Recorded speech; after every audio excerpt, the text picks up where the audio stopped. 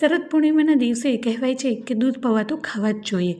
દૂધ પૌવા શા માટે ખાવા જોઈએ અને તેના શું ફાયદા છે, પૂરી રેસીપીની ડિટેલ્સ અહીં ટાઇટલ પાસે મેં લિંક મેન્શન કરી છે, તો ત્યાં જઈને તમે વિઝિટ કરી શકો છો. હવે અહીંયા સૌથી પહેલાં મેં એક નાનો બાઉલ જેટલા જનરલી જે પૌવા બટેકાના પૌવા આવે છે એ પૌવા મેં લીધા છે અને સારી રીતના ચારી અને 2 થી 3 પાણીથી ધોઈ અને આ પૌવાને સારી રીતના નિતારી લેશું, જેથી બધું જ મોઇસ્ચર છે એ દૂર થઈ જાય. હવે અહીંયા મેં એક મોટા ગ્લાસ જેટલું ફૂલ ફેટ મિલ્ક લીધું છે.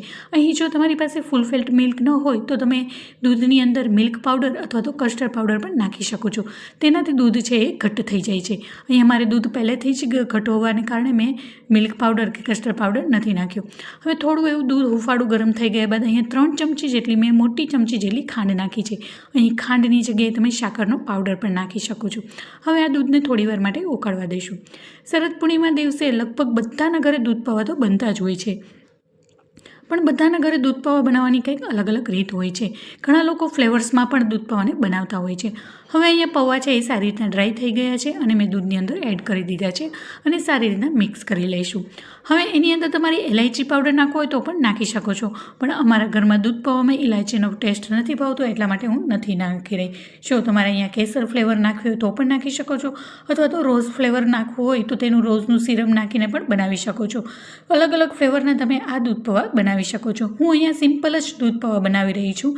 સિમ્પલ હોવા છતાં પણ એટલા ટેસ્ટી બનીને તૈયાર થશે. હવે અહીંયા ડ્રાયફ્રૂટ્સમાં બદામની ફ્લેક્સ અને કાજુના નાના ટુકડા મેં એડ કર્યા છે. તમે અહીંયા કોઈ પણ મનગમતા ડ્રાયફ્રૂટ્સ એડ કરી શકો છો.